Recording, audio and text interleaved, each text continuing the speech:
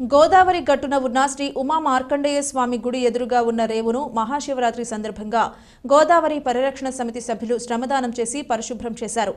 భక్తుల పుణ్య స్నానాలకు ఎటువంటి ఇబ్బంది కలగకుండా రేవులో చెత్త, ఇతర వ్యర్థాలను తొలగించారు. ఈ సందర్భంగా గోదావరి పరిరక్షణ సమితి అధ్యక్షులు టీకే విశ్వేశ్వరరెడ్డి మాట్లాడుతూ, ప్రతి సంవత్సరంలాగే ఈ సంవత్సరం కూడా శివరాత్రి సందర్భంగా ఉమా మార్కండేయ స్వామి గుడి ఎదురుగా ఉన్న రేవుని శుభ్రం చేయడం జరిగిందని చెబుతూ 8వ తేదీన మహాశివరాత్రి సందర్భంగా వేలాది మంది భక్తులు గోదావరి నదిలో పుణ్య స్నానాలు ఆచరించి దేవాలయాలను సందర్శించి పూజలు చేయించుకుని తిరిగి వెళతారని అన్నారు. ముఖ్యంగా గోదావరి నది గట్టు మీద ఉన్న ఉమా మార్కండేయ స్వామి, ఉమా కోటిలింగేశ్వర స్వామి ఆలయాలు ఎంతో మహిమాన్వితమైనవని, గోదావరిలో పుణ్య స్నానం ఆచరిస్తే కాశీకి వెళ్లి గంగానదిలో స్నానం చేసి కాశీ విశ్వనాథుని దర్శించుకున్నంత పుణ్యమని భక్తులు భావిస్తారన్నారు. అందువలన గోదావరి ఘాట్లను రాజమహేంద్రి గోదావరి పరిరక్షణ సమితి సభ్యుల సహకారంతో ఈ కార్యక్రమం చేపట్టామన్నారు. సీతంపేట తేతలి కనికిరెడ్డి బస్సు షెల్టర్లో పులిహార ప్యాకెట్లు, వాటర్ ప్యాకెట్లు శివరాత్రి రోజు ఉదయం 9 గంటల నుంచి పంచిపెట్టడం జరుగుతుందన్నారు. సమితి సభ్యులు ఎస్వివి రెడ్డి, ఎన్ అప్పారావు, కొంచాడ ఈశ్వర్, బి అప్పారావు, ఎల్వి ప్రసాద్, దేశిరెడ్డి బలరామనాయుడు, మడగల దుర్గా, వెంకట్, శ్రీను, సురేష్ తదితరులు పాల్గొన్నారు. మహానగరంలో మరి మహాశివరాత్రి అనేది చాలా ఘనంగా జరుగుతుంది.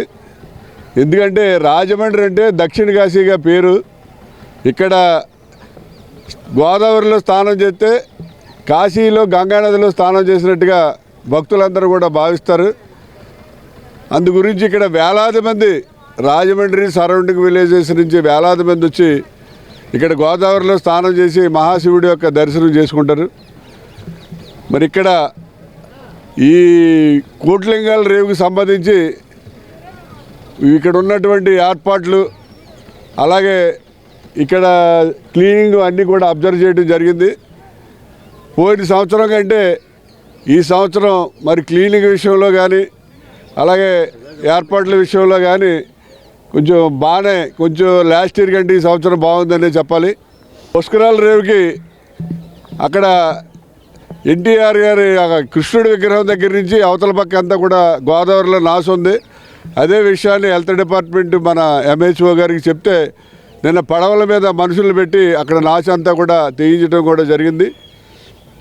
ఇంకా మార్కండేయ స్వామి గుడి రేవుకి వచ్చినట్లయితే అక్కడ చాలా దారుణమైన పరిస్థితులు ఉన్నాయి. ఎందుకంటే అవతల వైపు ఒక ఛానల్ ఉంది ఘాట్కి, యువతల వైపు ఒక ఛానల్ ఉంది. ఈ 2 ఛానల్స్ ద్వారా రాజమండ్రి నగరంలో ఉన్నటువంటి మురికి అంతా కూడా వచ్చి అక్కడ గోదావరిలో కలుస్తుంది. మార్కండేయ స్వామి గుడి అంటే ఆ రేవు చాలా పవిత్రమైనది. అందరూ కూడా చాలా భక్తులు వేలాది సంఖ్యలో అక్కడ కూడా వస్తారు.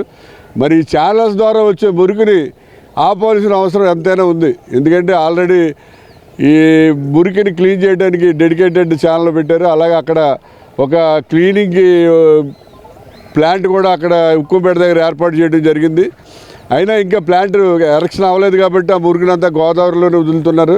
మరి ఈ మహాశివరాత్రి సందర్భంగా రాజమండ్రి నగరంలో వచ్చే మురికిని, ఆ 2 ఛానల్స్ ద్వారా వచ్చే మురికిని ఆపాల్సిన అవసరం ఎంతైనా ఉంది.